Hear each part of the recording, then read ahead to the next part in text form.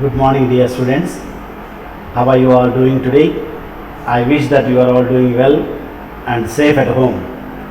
Welcome to ABN and PRR College of Science online classes for BSc BCom first year, semester 2, subject English. Name of the text: Skills Enriched 2, Unit 2. From this text, in the Unit 2, there is a poem. I am going to deal with the poem today.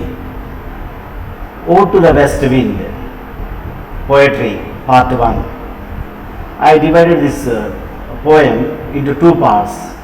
I put two videos. Why? Because it is a very big poem. Ode itself is a big poem in 5 divisions, 5 cantos. So, including introduction, I divided this video into 2 parts. A course in reading and writing skills. And as I told you, I am going to deal with Ode to the West Wind.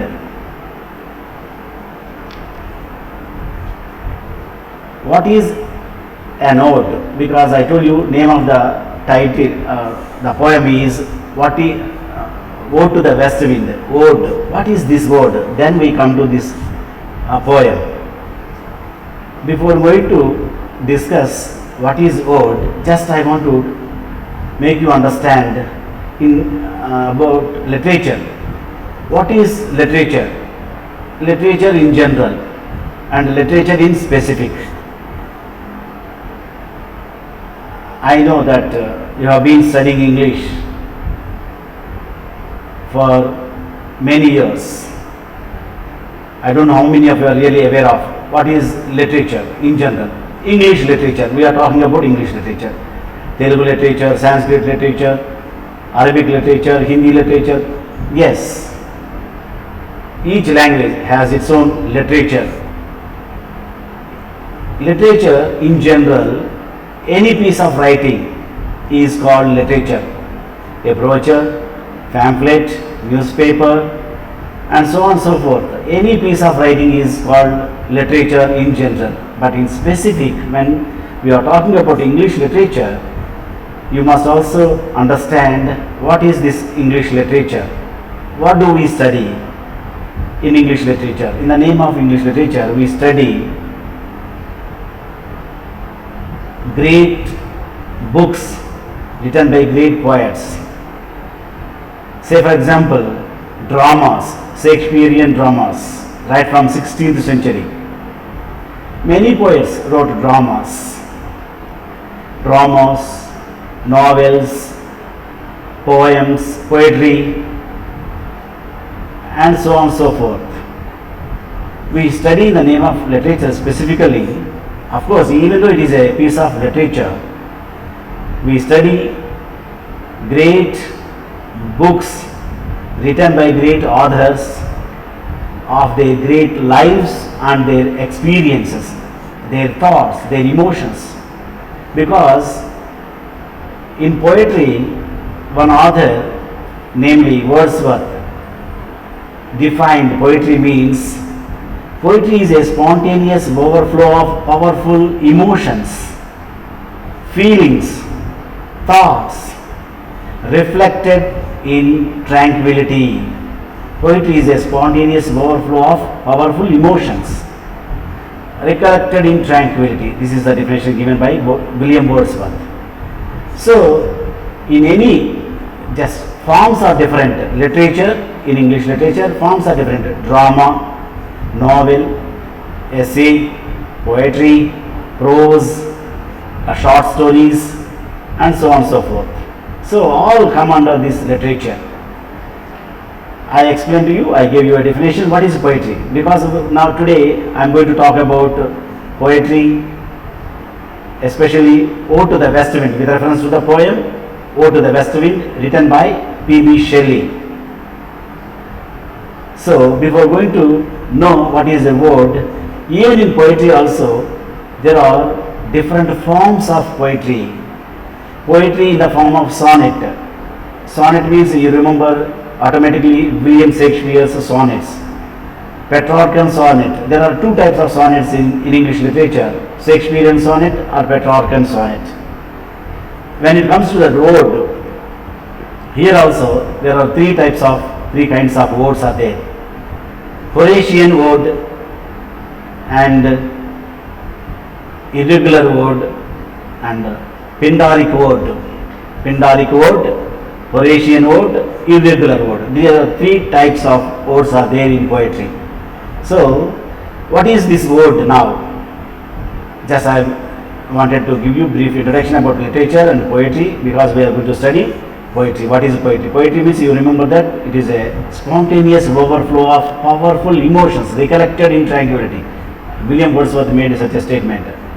So the poets, whatever they feel, poetry, when poets are inspired by the nature, it may be any incident or an idea or event, thought, they go on describing in different forms, maybe sonnet, maybe short, maybe ode, maybe ballad. We are going to study here what is an ode. An ode is a short lyric poem that praises an individual, an idea or an event. This is the definition or answer to the question, what is an ode? An ode is a short lyric poem. It is a short lyric poem that praises an individual or an idea or an event. In ancient Greece, odes were originally accompanied, followed by music. When these odes are singing, these are all songs, odes, ballads, or lyrics are songs. They are meant for singing, accompanied, followed by, along with music. So, in ancient Greece, odes were originally accompanied by music. In fact, the word ode comes from the Greek word. The word is derived from Greek word. You look at the word AI.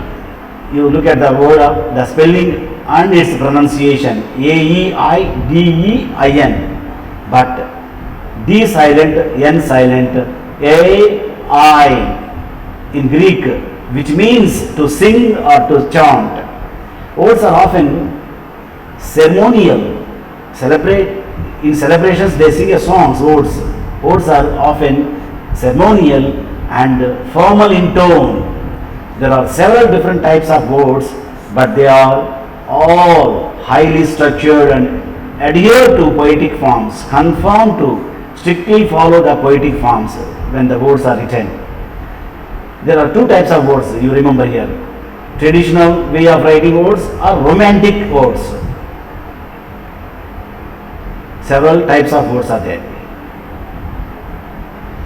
Next. What is the structure of an ode poem? An ode poem is traditionally divided into three sections. The poem is divided into three sections or three stanzas. Namely, the strophe, number one, number two, the antistrophe, number three, the epode. There are three parts in this poem, ode. What is this strophe? The strophe, in a Greek ode, the strophe usually consists of two or more lines repeatedly as a unit. In modern usage, the term strophe can refer to any group of verses that form a distinct unit within a poem. So, they are talking about this structure of the poem, especially ode poems. There are three parts. Maybe you can say the beginning, the middle, the conclusion. Like this, in Greek poems of odes, look at this strophe. The first part is called strophe. The second part is called antistrophe. The third part is called epode. The strophe, I read it. In a Greek ode, the strophe usually consists of two or three more lines repeatedly as a unit.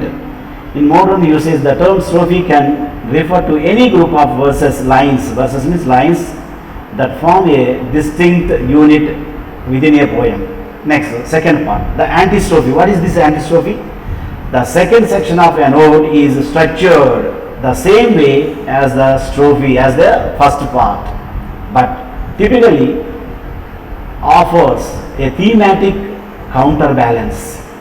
Thematic counterbalance. Maybe in the first part, the poet asks several questions. In the second part, maybe answered all the questions in the second part. When it comes to the third part, the epode, that is the concluding part of the poem, the ode, this section or stanza typically has a distinct meter and length from the strophe and antistrophe, and serves to summarize or conclude the ideas of the ode. Yes, that is concluding part of the poem. This is called epode. There are three parts in this ode poem. The English romantic poets wrote many odes, all of which explored intense emotions. All of the odes, if you look at that, many emotions, maybe sad emotion, maybe happy emotion, all happy feelings may be expressed. This romantic, you please remember this word, romantic poets. It doesn't mean that those who are writing about only love poems. Here, romantic refers to nature. Romantic poets means nature poets, like William Wordsworth, Coleridge, and so on and so forth, John Keats. They are all called romantic poets, not necessarily love stories. While romantic odes deviate in form and meter from the traditional Greek ode, they all tend to follow some kind of traditional verse structure. For example, P.B. Shelley's Ode to the West Wind, present poem which we are going to study, believed to have been written in response to the loss of his son. Unfortunately, P.B. Shelley, he lost his son. After the death of his son, he wrote this poem, maybe referring to his son's death. It is written in iambic pentameter. I will explain the next slide what is this iambic pentameter. Penta means 5. Iambic pentameter. It is a scale. Even if you look at the songs which are in movies, they follow some rhyming scheme, patterns, some scale they maintain. Alliteration, repeated words, consonantal words. Many poetic devices are there. We will discuss in the next slide. So this ode is written in iambic pentameter. Next slide. Here you look at this question. What are the different types of ode poems? I told you in the beginning there are three main types of odes are there. Okay, dear students, look at this slide. What are the different types of ode poems? We will discuss here. Three types of odes. What are they? There are three main types of odes. Pindaric ode, Horatian ode, irregular ode. Pindaric odes are named for the ancient Greek poet Pindar. There was a poet in Greek, poet named Pindar, who lived during the 5th century BC, and he is often credited with creating the ode poetic form. He was the pioneer of this ode form. He wrote 5th century BC in Greek. So this Pindaric ode is named after the poet, Greek poet Pindar. So this is called Pindaric ode. It has its own structure. A Pindaric ode consists of a strophe, an antistrophe, that is melodically harmonious, and an epode, that is concluding part. Pindaric poems are also characterized by irregular line lengths and rhyme schemes. Irregular lines and rhyme schemes. I wish that you know what is a poem, especially when you read, you remember Shakespearean sonnets and rhyme scheme, Petrarchan sonnet and its rhyme scheme. Here we are talking about odes. Every word has its own specific rhyme schemes. Number 2, Horatian Ode, named after Roman poet Horace. Pindaric is a Greek poet. Horatian is a Roman poet Horace, who lived during the 1st century. The Horatian Ode consists of 2 or 4 line stanzas. Stanzas means you know very well. 4 line stanza, 2 line stanzas, lines that share the same meter, rhyme, scheme, and the length of the poem. Unlike the more formal Pindaric ode, the Horatian ode traditionally explores intimate scenes of daily life. He wrote odes on daily life. Of course, his writing of poem differs from Pindaric. He followed traditional way of Pindaric. Next, irregular ode. Irregular odes follow neither the Pindaric form nor the Horatian form. Irregular odes typically include rhyme as well as irregular verse structure and stanzas patterns. So the third part, irregular words, the name itself is self-evident that they don't, they don't follow either Pindaric rhyme scheme, pattern, regular words, irregular verse they follow. That is why it is called irregular ode. So you know very well how many types of odes are there. Ode poems, 3. Pindaric ode, named after Greek poet Pindar. Horatian ode, named after Roman poet Horace.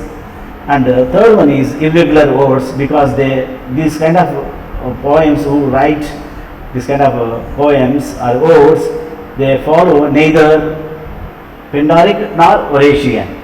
That's why they are called irregular odes. Next,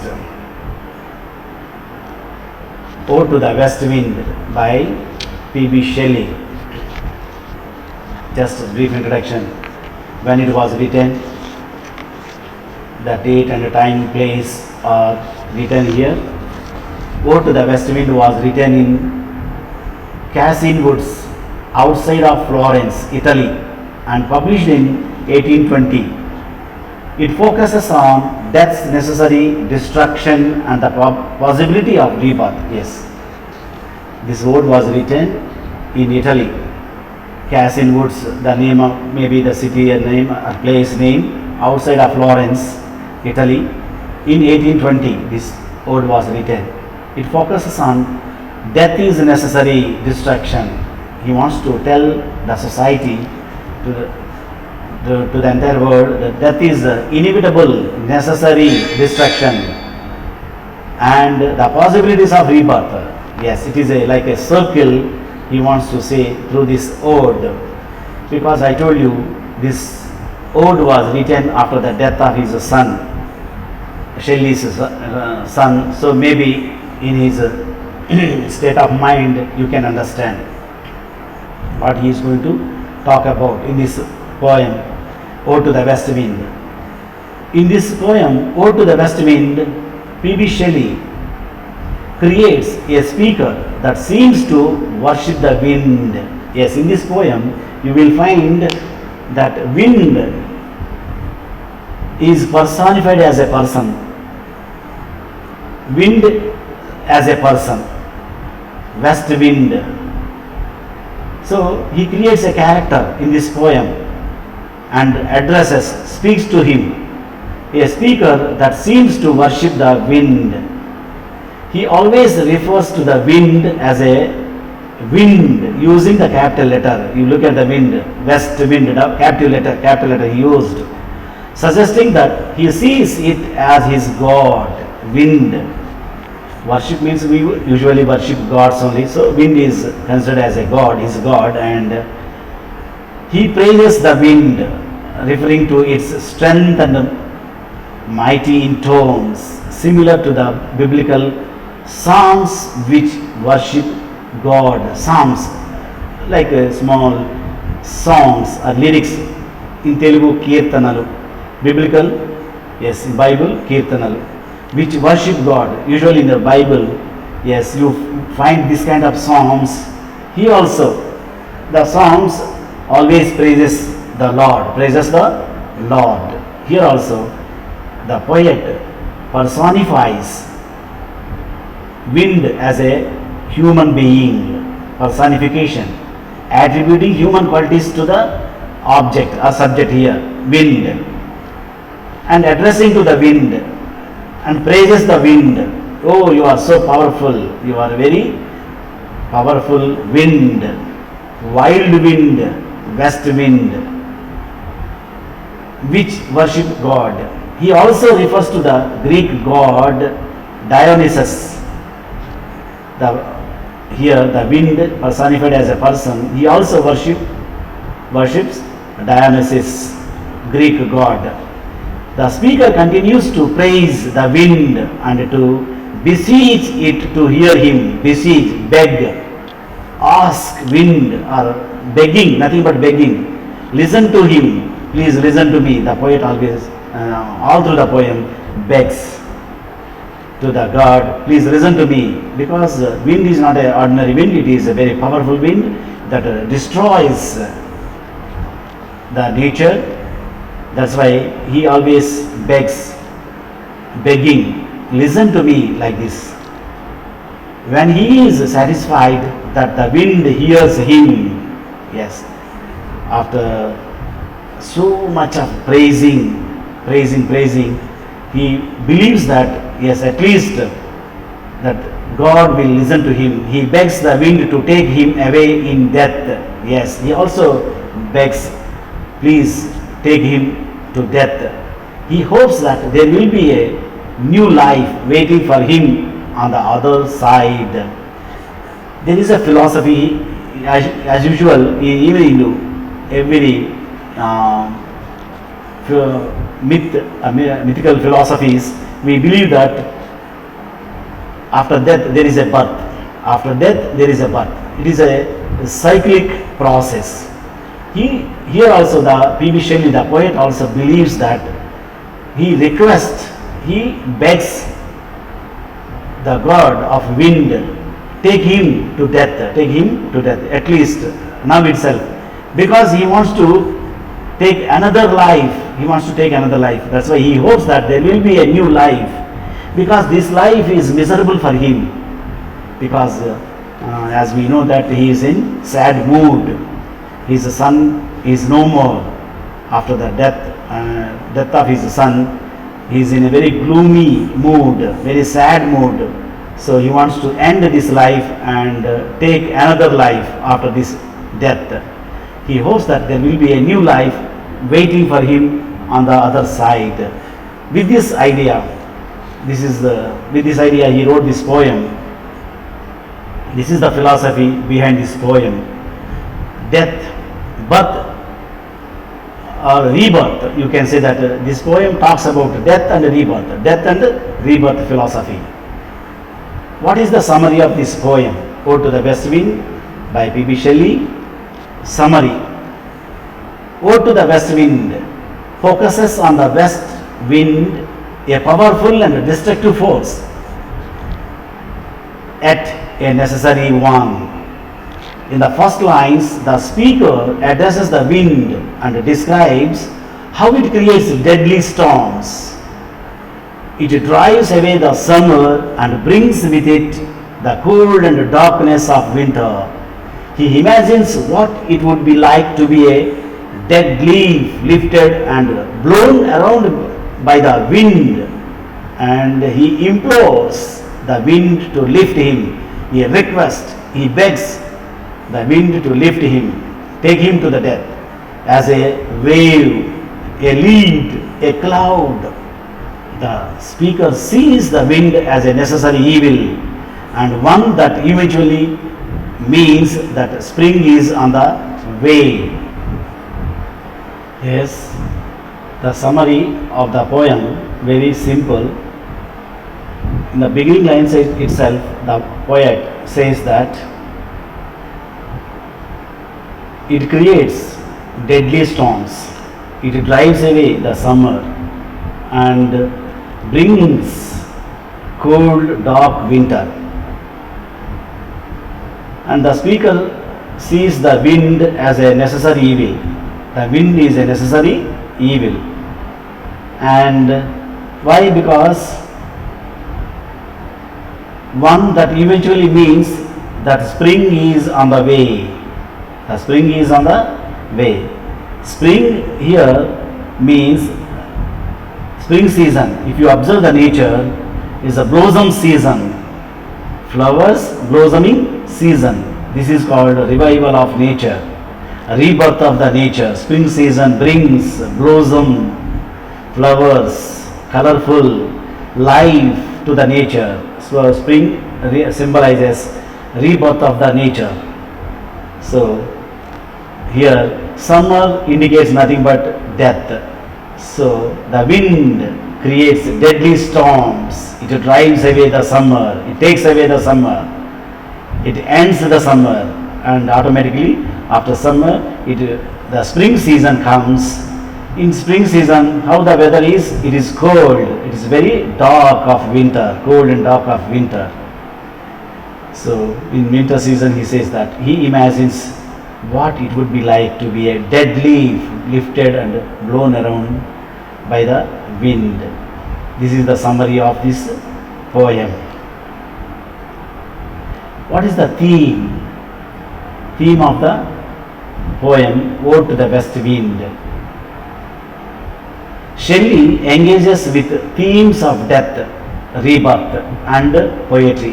In this poem, the poet P.B. Shelley wants to talk about the theme of death and rebirth and poetry in Ode to the West Wind. From the starting lines, Shelley's speaker describes the wind as a something powerful and destructive. It takes away the summer and brings winter, a season usually associated with death and sorrow.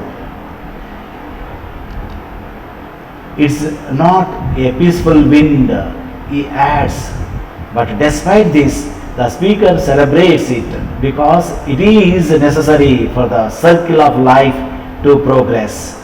Without death, there is no rebirth. The wind serves as an important role in preserving this.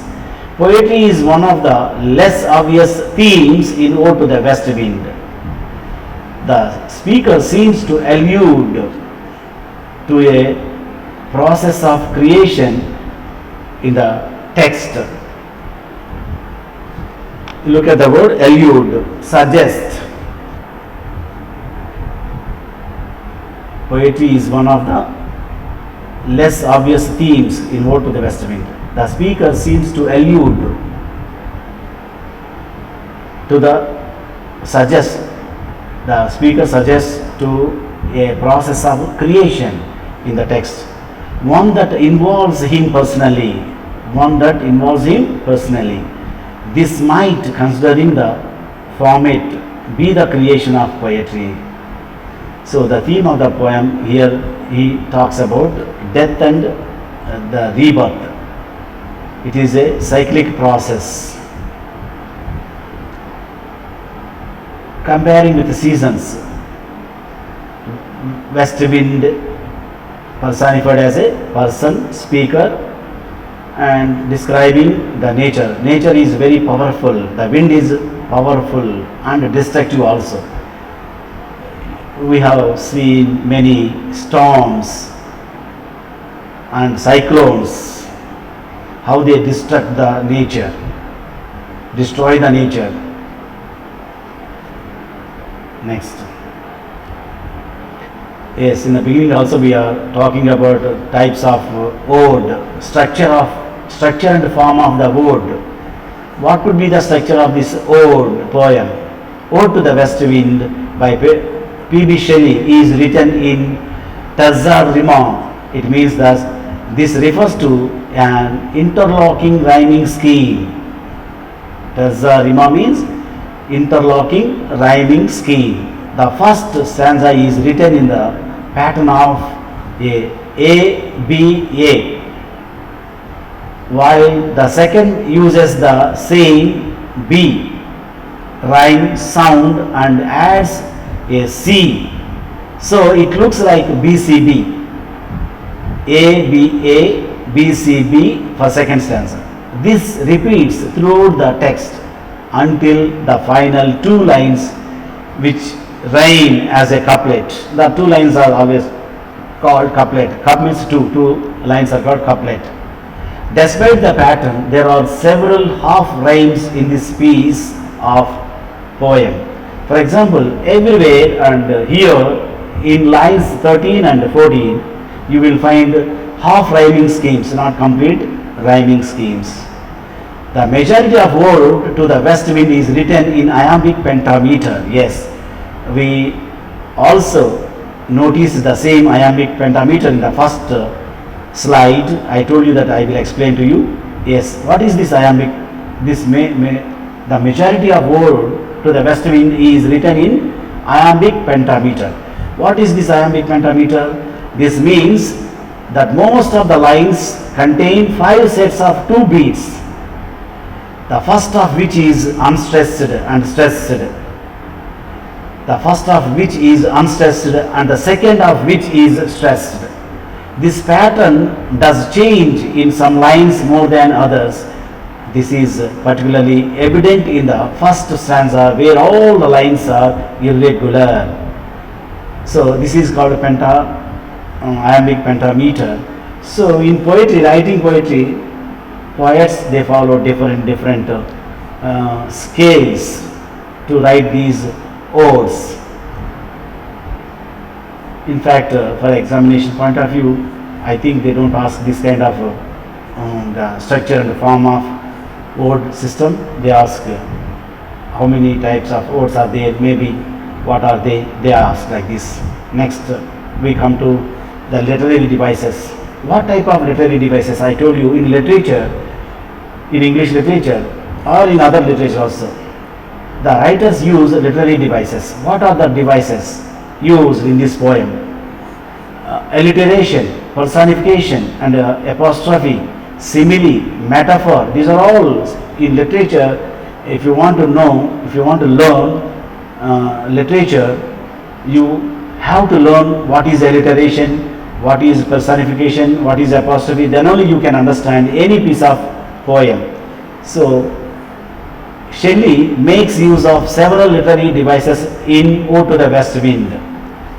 These include alliteration, repetition of the consonantal sound in each line is called alliteration. Personification, I told you, attributing human qualities to any object like a human being, treating a human being. Here wind is treated as a human and he created as a character. And through that character the poet speaks. So personification. And the apostrophe is also there, and many similes are there, many metaphors are there. I will explain to you what is a simile, what is a metaphor, so that you can understand any piece of writing. If you want to especially understand poems, you must be aware of these literary devices. The latter, the recent, is an interesting device that is used when the poet's speaker talks to something or someone that either can't hear them or can't respond. In this case, the speaker starts out the poem by talking to the west wind. Here in this poem, Ode to the West Wind, the poet used apostrophe. This is a literary device. He talks to the west wind as though it can do both. In addition to this, the poet also personifies the wind or gives it human abilities that forces or animals don't naturally have these qualities. So the poet used literary devices. Alliteration. What is alliteration? I told you, alliteration is a common type of repetition that appears when the poet repeats the same consonantal sound at the beginning of the word. For example, lie or low in line 1 of stanza 3 of canto 1, as well as steep sky in stanza 1 of canto 2. Enjambment, it is also another literary device, is another common technique. It occurs several times in Ode to the West Wind. For example, the transition between lines 2 and 3 of stanza 1, canto 1, as well as lines 2 and 3 of stanza 3, canto 1. You find this kind of enjambment. These are all literary devices used in this poem. Why I dealt all these for you, for your understanding, my dear students? Please try to understand. Before going to read and learn, understanding poetry is difficult. Why? Because there are several literary devices are used. Similes are metaphors, all figures of speeches are used. All these literary devices. Without understanding these literary devices, it's highly difficult to understand any piece of poem. To understand. Next one. Yes, we come to the poem now. Canto 1, stanza 1. Analysis of Ode to the West Wind. Now I start to explain line by line and overall meaning of this poem. Yes, dear students, here I am trying to explain to you the poem stanza by stanza in Canto 1, Division 1. As I told you, this poem is divided into 5 cantos. I start with Canto 1, stanza 1. O wild west wind, thou breath of autumn's being, thou from whose unseen presence the leaves dead are driven, like a ghost from an enchanter fleeing. In fact, as I told you, odes are nothing but short lyric forms. Lyrics, songs, they are meant for singing, enchanting. So, we can't sing these odes like songs. Just I read and I try to make you understand what do they mean, what these lines mean, what the author wants to convey to you through these ode. I repeat, oh wild west wind. Look at this one. The poet appeals to the west wind. West wind, what kind of wind? Wild. He used adjective. Wild west wind. Thou breath. Thou means you. THOU. Thou means you. Thou breath. Look at this word. I highlighted with red color in. I want to give you meaning for this. Breath. You know, breath, breathe. There are 2 words. Breath is a noun. Thou breath of autumn's being. Being is also in red in color. Enchanter. I give meanings for this. Enchanter means magic, like a magician. You know, magician, one who does magic is a magician. Oh, wild west wind, thou breath of autumn's being, thou from whose unseen presence the leaves dead are driven, like ghost from an enchanter fleeing. In this opening stanza, Ode to the West Wind, the speaker appeals to the wild west wind. The use of capital letters for west and wild immediately suggests that he is speaking to the west wind as though it were a person. He is addressing to a person. Can we talk to the wind? No. But the poet here uses capital letters. West wind, W, wind started with a capital letter. It means that he is personifying wind as a person and appeal to the wind, talking to the wind as it were a person. He calls the wind breath of autumn's being, thereby further personifying the wind and giving it the human qualities of having breath. Having breath.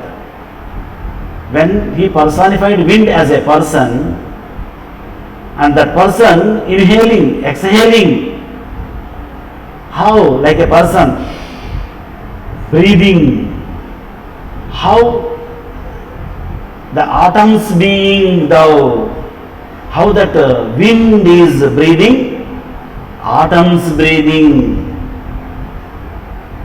In autumn season, it's really the inhaling, exhaling is very, very difficult. So personifies like wind is personified as a person, and the person is inhaling, exhaling, breathing, how the breath of atoms being, thereby further personifying the wind and giving it the human quality of having breath. He describes the wind as having unseen presence, which makes it seem as though he views the wind as a sort of god or spiritual being, enchanter, like a spiritual or a magician, like a magic, spiritual being. The last line of this stanza specifically refers to the wind as a spiritual being that drives away death and ghost. Here the poet Shelley compared personification, compared not comparison, it's a personified, we call that personification. Personified wind as a person. That person is also invisible, unseen presence. That person is not visible. Unseen presence that leaves dead or driven. And the force of that wind is also driving away the dead leaves, like ghost from an enchanter fleeing, that spiritual god taking away. Oh, wind, wild wind, very destructive wind, very forcible wind. He is addressing to the wind as a person, personified person. And that breath of that person is also autumn's wind, autumn's wind, being thou, from whose unseen presence that leaves dead or driven like a ghost. Unseen, ghost is not visible to everyone. God is also not visible.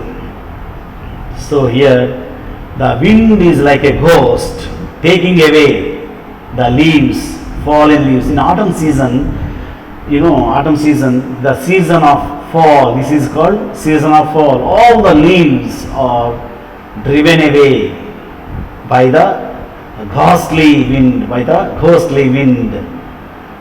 and the person is like an enchanter, spiritual god, like a very spiritual god.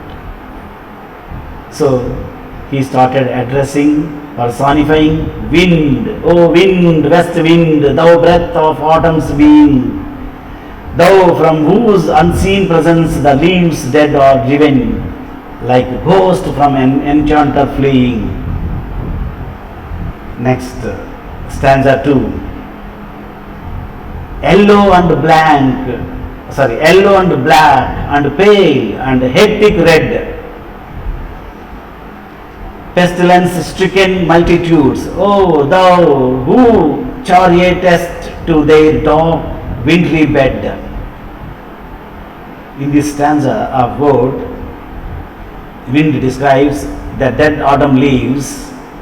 They are not described as colorful and beautiful, but rather as a symbol of death. As a symbol of death. Yes, dear students, stanza 2. Yellow and black and pale and hectic red, pestilence-stricken multitudes, O thou who chariotest to their dark wintry bed. Look at these 3 lines as a stanza. I highlighted here, hectic, pestilence-stricken, chariotist. Hectic means wild in general meaning. Hectic means wild or crazy. But here the poet used hectic red. Comparison you see, yellow and black, pale. Look at these colors which are used here, addressing, appealing to the wind. Leaves are dead. How they look like? Yellow. The fallen leaves are looking like yellow. They are all yellow. They are all flying due to this ghastly wind. Wild wind carries away. Chariotist. They are all in how they are looking, yellow, black and pale. All these colors, even hectic red is also. They symbolize, these colors symbolize pale, black, yellow, dull colors. They are all dull colors. They symbolize diseases. They symbolize many diseases. Yellow, black, pale and hectic red. Pestilence stricken multitudes, a number of diseases. All these leaves are looking like yellow, black, pale and hectic red. Pestilence stricken multitudes, pestilence stricken, diseased persons. They are all looking, all the leaves are looking like diseased persons, multiple diseases. How many colors are there? Yellow, black, pale, hectic, red, pestilence stricken multitudes, number of diseases. All these fallen leaves are driven away. Chariotist carries away by this wild wind. Oh, thou who chariotest to thy dark wintry bed. Winter bed. Wintry bed means winter bed. The poet is appealing to this wind, west wind,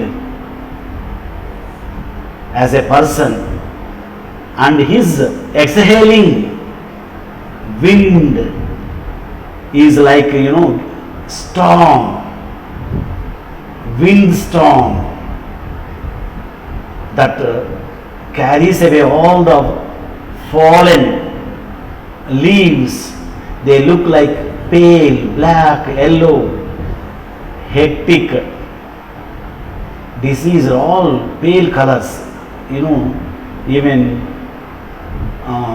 pale symbolizes, all these colors symbolizes TB patient, tuberculosis, the person who is having TB, suffering from TB, they look like, diseased persons. All these leaves are looking like suffering from many multitude diseases. Oh, thou, you, wind, who carries, chariotist means who conveys or carries to their dark wintry bed.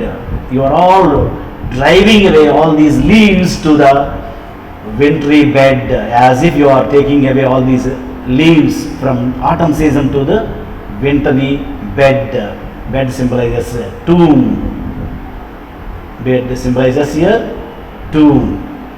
This stanza of Ode to the Wind describes the dead autumn leaves. The dead autumn leaves, they are all not described as colorful and beautiful, but rather as a symbol of death, and even disease. They are all symbol of diseases. The speaker describes the deathly colors, yellow, black and pale, even hectic red reminds one of blood and sickness. He describes the dead and dying leaves as pestilence-stricken multitudes. This is not a peaceful nor beautiful description of the fall leaves. Rather, the speaker seems to see the fall leaves as a symbol of the dead, the sick and the dying. The wind then comes along like a chariot, and carries the leaves to their dark wintry bed, which is clearly as a symbol of grave. Next. Stanza 3. The winged seeds, where they lie cold and low, each like a corpse within its grave, until thine azure sister of the spring shall blow. Look at these lines once again. Third stanza. The winged seeds, flying seeds. Seeds, as you know, seeds, they are flying, as if they are having seeds are flying away, where they lie cold and low, each like a corpse, dead bodies. Corpse means dead bodies. They are lying like dead bodies within its grave, tomb, graveyard. Until thine azure, your azure sister. Azure means blue in color. The sky, which is blue, the sky which is in blue color, sister of the spring shall blow. Yes. Oh wind, wild west wind. See, you are taking away all the autumn dead leaves to the burial ground. The seeds also, you are taking away the seeds. They are also flying, where they lie cold and low, each like a corpse within its grave. From autumn season, from leaves, dead leaves are carried away by this blowing wind, ghostly wind, to the grave, like a dead bodies, carrying dead bodies to the graveyard. And your sister, azure blue. Azure means blue in color. The sky, thine sky, sister of the spring shall flow. Yes, you are taking away all this. The speaker continues the metaphor of the leaves as the dead by explaining that the wind carries them and winged seeds to their graves. Almost where do we keep the dead bodies? To the graveyard, where they lie cold and dead bodies they lie down cold and low in tombs. He then uses a simile to compare each leaf to corpse, dead bodies within its grave. All the dead leaves lie down as a dead bodies in the graveyard. But then, part way through the second line, a shift occurs. The speaker says that each is like a corpse, until the wind comes through, taking away the dead, but bring new life. The use of word azure or blue to describe wind is in sharp contrast to the colors used to describe the leaves. So azure, blue in color. The sky brings this spring season. The spring season, as I told you, this is the revival of nature, rebirth of the nature. The spring, when the spring comes, that glows, that gives life to all these dead leaves, those who are lie down in the tombs. It means that once again the nature revives, takes its own rebirth. And here the poet also is aspirant of rebirth, because now he is suffering from some sad mood, because as I told in the beginning, after the death of his son, he is in a very gloomy mood, very sad mood, and he wants to end his life as early as possible and take another life, and that is a rebirth. So he described, compared all his views through this nature. Yes, in this third stanza he describes, he compares by using metaphor, simile, leaves. He compared that leaves, dead leaves, like a corpse buried in the tombs until the spring comes. Next, stanza 4. Her clarion over the dreaming earth and fill driving sweet birds like flocks to feed in air with living hues and odors plain and hill. Look at this stanza, my dear students. With this stanza, in this word, the speaker describes the wind as something which drives away death, burying the dead and bringing new life. It brings living hues, colors. Hues means colors, and odors. Odors, foul smells, which are filled with a new life. Her clarion over the dreaming earth. Clarion, a bright, loud trumpet blast. Her clarion, the sound of trumpet. Her clarion, the trumpet sound over the dreaming earth, and fill with living hues and odors plain and hill. In spring season, when spring comes, along with the spring, while it is coming, by blowing trumpet sound, by making a loud sound, her clarion over the dreaming earth, when the spring season is coming onto the earth, before its arrival, it gives a big sound, trumpet sound. It is coming to fill with living hues, to fill this plain land and hill area, filling with driving sweet birds like flocks to feed in air, as if the wind is like a shepherd to feed his sheep, as if a shepherd comes to feed his flocks. In air it is coming, driving and coming with sweet birds, with living hues and colors, plain and hill. In fact, you know very well, my dear students, try to understand here these lines. The poet wants to say that this land is filled, this plain land and hill area, this is land, it is filled with deadened leaves like a corpse, dead bodies. Whenever the dead bodies are there, the area is completely filled with odor, foul smell.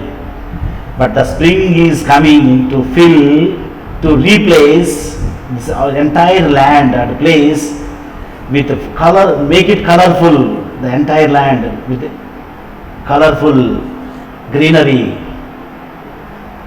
It means that spring season wants to revive the nature, rebirth of the nature. So in this stanza, the author says that, describes the wind as something which drives away death, burying the dead and bringing new life. The spring is bringing new life. It brings living colors, beautiful colors and odors which are filled with a new life. Next stanza, stanza 5. Wild spirit is addressing west wind, is like a wild spirit which art moving everywhere, destroyer and preserver. Here is appealing to the west wind, wild west wind. Oh, my dear west wind, wild spirit, which are moving everywhere. You are wild spirit, powerful, forcible, destructive wind. You are moving everywhere. You are the destroyer. You are destroying. You are the destroyer and the preserver. Both you are the destroyer and the preserver. That's why he says that inevitable evil. The wind is inevitable evil, necessary evil. Preserver, protector. Here, please listen to me. Oh, here, please listen to me. Here, the speaker again appeals to the wind, wild wind. You are the spirit, powerful wind, calling it a wild spirit and viewing it as a spiritual being, having spiritual, some magical powers, who destroys and yet also preserves life. He is asking this spirit to hear his appeal. Please listen to him. He has not yet made a specific request of the wind, but it is clear that he views it as a powerful spiritual being that can hear him. So he always addressing in the stanza, right from stanza 1 to 5, addressing, appealing to the wind, but not yet revealed his appeal, not yet make it clear what he wants. He always, from stanza 1 to 5, explaining the power of destructive power, magical spirit, wild spirit, powerful wind, addressing, appealing to the spirit, wild spirit. Listen to me, and is appealing to the west wind till 5th stanza. With this 5th stanza, I would like to say, this is a stanza 5. I want to summarize the complete summary of the 5 stanzas in the next slide. Look at this summary of the 5 stanzas. Oh, wild west wind, you, the unruly west wind. Unruly means also wild, undoubtedly wild west wind, because it doesn't listen to anyone. You are the essence of the fall. I told you autumn season is a symbol of fall. In the autumn season, all the leaves fall. You are invisible. Oh wind, you are invisible spirit, but you scatter the fallen leaves. You are scattered, you are fallen, you are driven away all the fallen leaves, and invisible. They look like a ghost running away from a witch or wizard. Witch is also ghost, wizard, magical. So the leaves are running away after seeing invisible spirit. The leaves are yellow and black, white and wild red. They look like crowds of sick people. You carry the seeds as if you are their chariot down to the earth, where they will sleep all winter. They lie there, cold and humble, like dead bodies in their graves, until your blue sister, the spring wind, blows her trumpet and wakes up the earth. Then she brings out the buds. They are like flocks of sheep.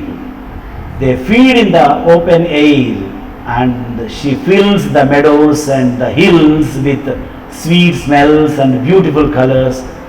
Unruly, wild west wind, moving everywhere. You are both an exterminator and a savior. Please listen to me. So you look at this comparison, beautiful description of the wind, west wind. With this, I stop my first part of this video, and I resume with the second part of the video. In the first stanza itself, I conclude. Thank you very much for your monumental patience. Once again, go through this video line by line, repeatedly, try to understand and do the examinations well. Thank you very much for your monumental patience. Please wear a mask for your safety. Thank you. Thank you one and all.